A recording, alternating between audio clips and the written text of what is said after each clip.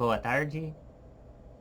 Hoje falaremos sobre a FEPASA, sim, a antiga FEPASA, estações de trem, né, gente? Trens abandonados, matagal em cima da linha. Que bons tempos, né? Quando tinha os trens passando, lembra? Os tempos da FEPASA, né? Que época boa da FEPASA, quando passava os trens. Por que não passa mais os trens? Que coisa, né? Hoje, 17 de fevereiro de 2020, segundona no seu YouTube, sou Cleiton Santini. Estamos na região de Prudente, para todo o Brasil. A FEPASA parou em definitivo ou em alguns cantos do Brasil. Era muito comum, geralmente pessoas pobres, lotarem vagões de trem, estações de trem, né, para viajar de um local para outro. Por quê? Era muito bom, né, gente? E mais econômico, né? Viajar de trem, uma época boa. E eu quero convidar você a embarcar hoje neste vídeo sobre a história das ferrovias no Brasil. Prepare a pipoca. Daqui a pouco tem a história das ferrovias do Brasil. 17 de fevereiro de 2020. Então, gente, só quero dizer uma coisa pra vocês, que... Louco? O quê? Então, prepare a pipoca, daqui a pouco a história das ferrovias do Brasil. Sou Cleiton Santini, venha embarcar comigo nessa história das ferrovias brasileiras, das ferrovias do Brasil. Então, gente, só queria dizer pra vocês, volta FEPASA, viu, gente? Volta FEPASA! Agora com vocês, fique comigo e veja agora a história da FEPASA no Brasil.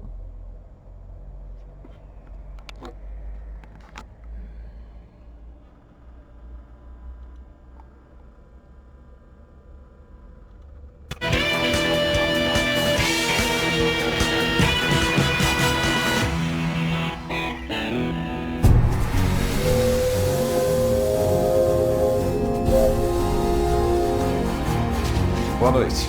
Você já experimentou o prazer de uma viagem de trem? O país que hoje corre sobre rodas no asfalto já deslizou sobre trilhos. E o apito de uma Maria Fumaça ainda mexe com a imaginação de milhões de pessoas. Brasileiros como eu, que passaram boa parte da vida chegando ou partindo de estações lotadas, curtindo da janela a beleza da nossa paisagem. Abril é o mês do ferroviário e nós escolhemos o primeiro programa do mês para contar a história da estrada de ferro no Brasil, uma aventura que começou no tempo do Império. Você é nosso convidado. Vamos embarcar numa viagem inesquecível. O Globo Repórter de hoje é uma coprodução com a EPTV, afiliada da Rede Globo.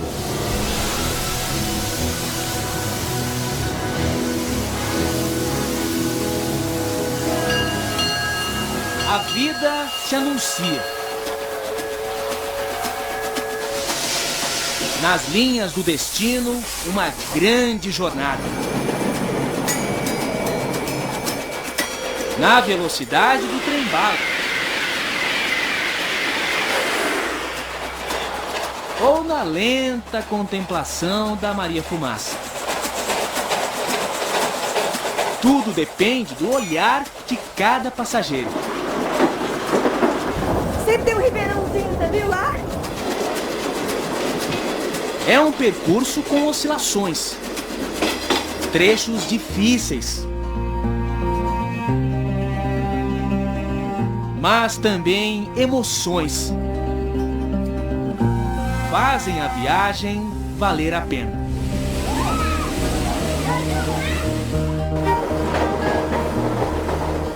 Na rota do trem, sonhos e surpresas. Nossa senhora, isso é bom demais, senhor. Paisagem passando, aquelas casas longe, as fazendas, né? E o trenzinho seguindo. Na arte, o trem representa a poesia em movimento.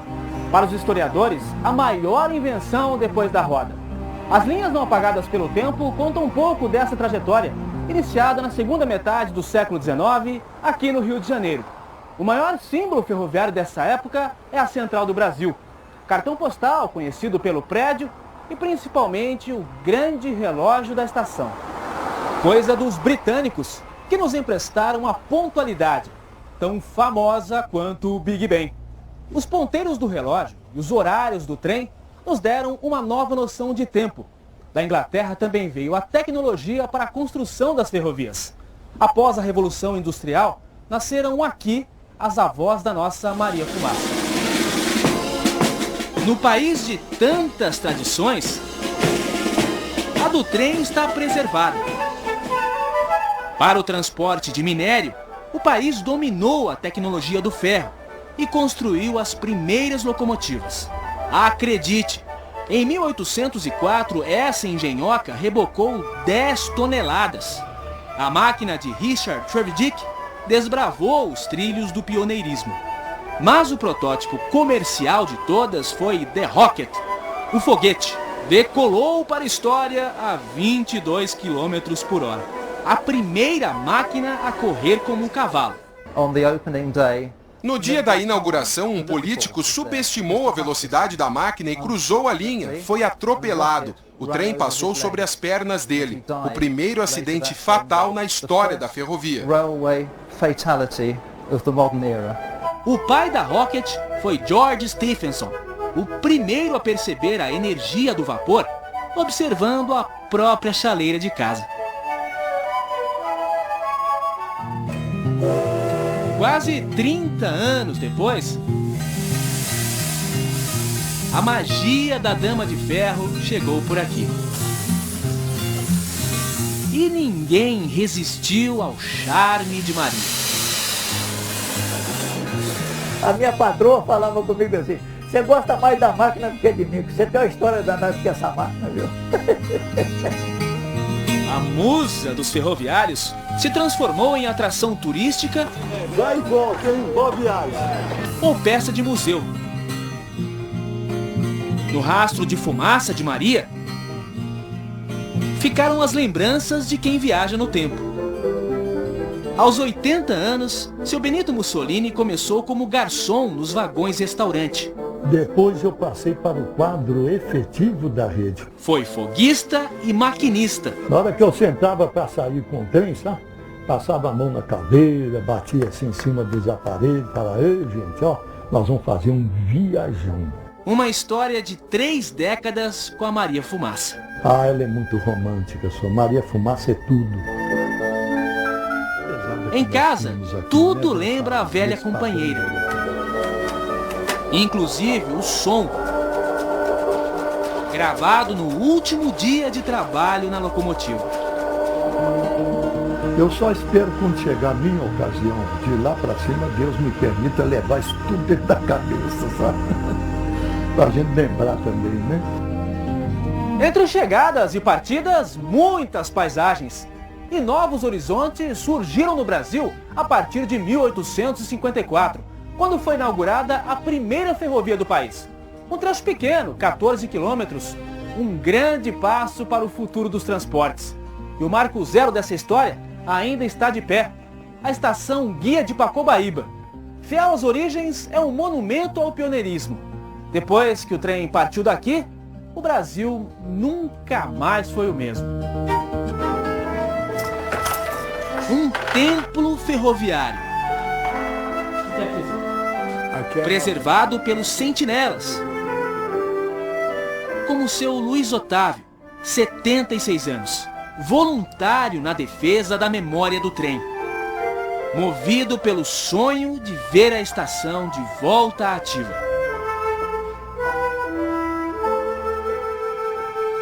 Ainda digo mais, um dia, se essa estrada de ferro reativar, eu não faço mais questão de viver. Por quê? Cumpri o objetivo, né? Meu sonho é ver essa linha funcionar, essa casinha, tudo. Seu Luiz segue os ideais de um iluminado. Irineu Evangelista de Souza, o Barão de Mauá, empresário responsável por colocar o Brasil nos trilhos. Quando o soberano era o imperador, ele foi chamado de rei. De simples mascate, se tornou o dono do Banco Mauá, homem mais rico abaixo da linha do Equador. O empresário fazia os planos nessa casa onde morou em Petrópolis. Trouxe a luz a gás para o Rio de Janeiro e aceitou o desafio de construir uma ferrovia do Porto de Magé até a raiz da Serra de Petrópolis. Nessa época, o Brasil caminhava a passos de mula. No final do século XIX, a locomotiva econômica do país era o café. Produção a todo vapor no Rio de Janeiro e Minas. Mas as viagens das regiões produtoras até o porto levavam meses. Em algumas travessias, 7 em cada 10 sacas se perdiam pelo caminho. Na Serra do Mar, em São Paulo, as mulas despencavam com o carregamento. O Barão de Mauá buscou recursos na Inglaterra e, sem 1 centavo do Império, bancou o projeto. Diziam, né, que ele era doido, né? Ele dizia, já que ninguém investe, eu mesmo vou investir, né? E ele costumava dizer isso para o Mauá. E desde quando o trem é cabrito para subir montanha, né? Na Baía da Guanabara, os barcos à vela tinham a rota desviada pelo vento e ficavam à deriva. O Barão construiu as primeiras embarcações a vapor para a viagem até o cais. Hoje, corroída pela ferrugem, a estrutura metálica avançava 150 metros em direção ao mar. Transportou material para a ferrovia e, mais tarde, passageiros. Perceba o gênio de Mauá, ele estava trabalhando com a bimodalidade, o transporte a barco e o transporte ferroviário. As obras iniciaram em 1852, com uma grande cerimônia, mistura de festa e desfile de modas. O Barão de Mauá convidou todos os nobres da época, além da família real, o imperador Dom Pedro II e a imperatriz Dona Teresa Cristina. O Barão de Mauá entregou ao imperador uma pá de prata e pediu a Dom Pedro que fizesse as primeiras escavações. A falta de intimidade do imperador com o trabalho fez a alegria dos operários da obra.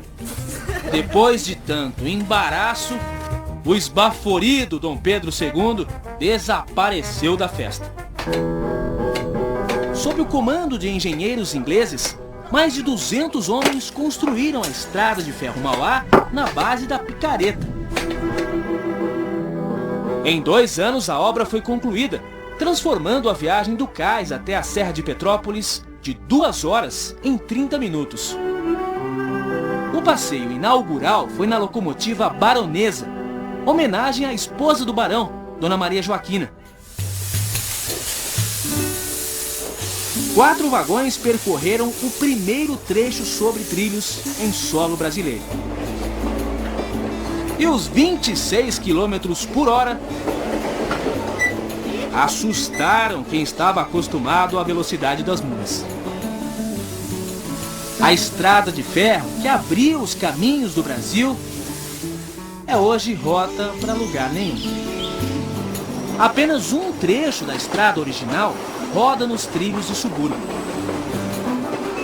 E aqui o Barão de Mauá chegou ao fim da linha, derrotado por um gigante chamado Serra da Estrela. Ele esbarrou nesse paredão, diferença de 870 metros até Petrópolis, ele não conseguiu. o Redentor chegou de trem ao Morro do Corcovado. As peças foram levadas pelo veículo que hoje transporta os turistas. Mas para alcançar os 800 metros de altura, foi preciso reinventar a roda.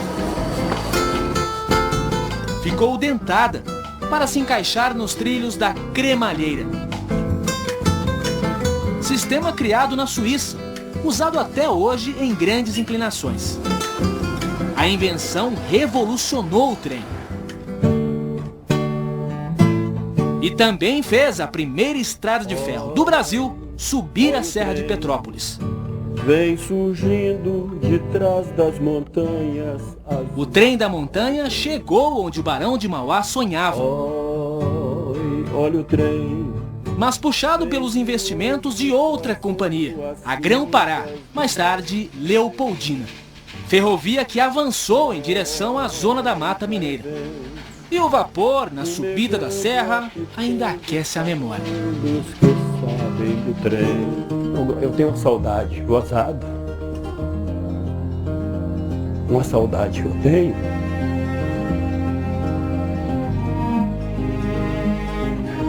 Eu era criança. Aqui nessa estação aqui, ó, coisa bonita que era. Você vê chegar o trem. Naquela época eu era moleque. Então chegava aquele trem lotado, né? Uns chegando e outros partindo. E aquilo para mim marcava muito. Misturava um pouco da neblina com aquela fumaça da locomotiva, aquilo tudo. Então isso fica muito na lembrança. Para ter essa lembrança em casa, Álvaro construiu a própria locomotiva. Qual que é mais bonita? Aquela lá, né?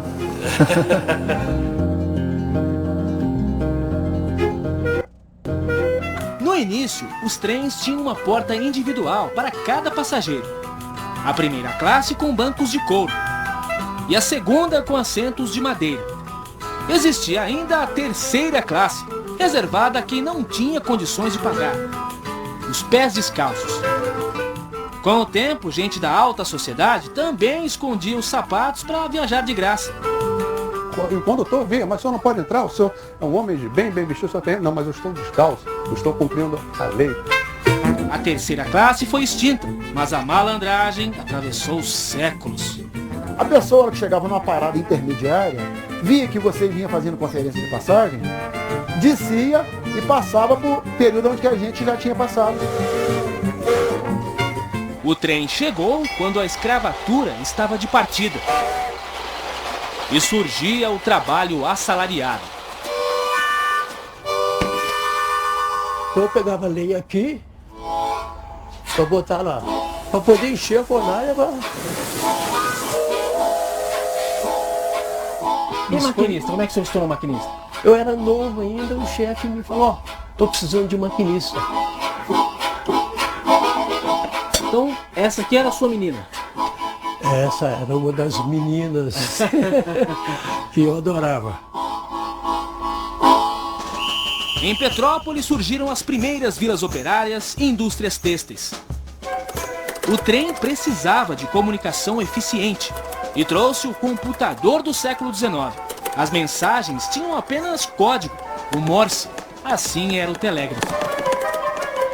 A história desse meio de comunicação também deve reverência ao empresário do Império. Só o Barão de Mauá poderia construir 12 mil quilômetros de cabos submarinos para a comunicação com a Europa. E a roda do desenvolvimento girou como a cremalheira. Hoje é o concreto, por onde a ferrovia ainda resiste. Mas o passado é a referência na trajetória do trem. Se no Rio de Janeiro foi preciso vencer os obstáculos naturais, em São Paulo o desafio foi ainda maior. A Serra do Mar impedia a ligação entre o Planalto e a Baixada Santista. Um desnível de 800 metros, superado com 13 túneis, 17 pontes e uma das maiores obras de engenharia ferroviária do mundo. A muralha de rocha foi redesenhada pelo caminho do trem. 10 quilômetros de construções numa área sujeita a chuvas e deslizamentos. Trabalho de 5 mil pessoas. Mão de obra qualificada dos imigrantes europeus. os obstáculos extrapolaram o orçamento e custaram a falência do Barão de Mauá. Ele entregou tudo, até os óculos com aro de ouro, ele entregou para ser para o leilão. Foi uma falência infeliz, porém honesta. Na história do patrono da ferrovia está a riqueza de uma família de sangue azul. Dona Francisca, 79 anos, é marquesa, trineta do barão. E Eduardo, 43 anos, marquês, tetraneto de Mauá. O que é que ficou para a família? Aí eu costumo dizer que quando eles perguntam, vocês estão ricos? Não, aí eu falo, nós estamos falidos desde 1878. Convidamos a nobreza da ferrovia para uma visita, onde tudo começou. Estamos felizes que vocês vieram. Olha só quem está aqui. Na mesma estação, Olha que maravilha. os herdeiros do pioneirismo. Tanto trabalho, tanto sonho, né? E o guardião da memória ferroviária. Uma pequena lembrança da presença dos senhores aqui. Olha que maravilha. Ai, que bonitinho. Que lindo. Só falta agora ativar a estrada. Só faltou o Barão de Mauá, né? É. Bom, de repente ele até tá aqui. Tchau. Onde foi parar o trem pagador? Daqui a pouco, histórias de um Brasil ingênuo e cheio de encanto.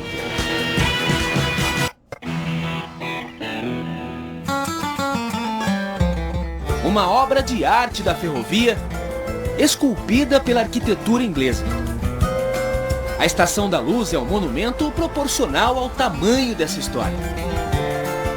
Construída em 1867 e reconstruída no início do século passado, a Estação da Luz foi sede da Companhia São Paulo Railway. A linha da capital seria inaugurada em 1865. Uma grande festa para 300 convidados foi organizada para receber a comitiva da viagem inicial. Mas o trem atrasou, e muito. Tombou na altura do rio Tamanduateí. O maquinista morreu e muitos nobres ficaram feridos. A festa foi cancelada e o banquete ficou vários dias sobre a mesa. 2 anos depois, a Inglesa foi inaugurada. 139 quilômetros de Santos, passando por São Paulo, até chegar a Jundiaí. Fim da linha para os planos da empresa, sem interesse em seguir para o interior.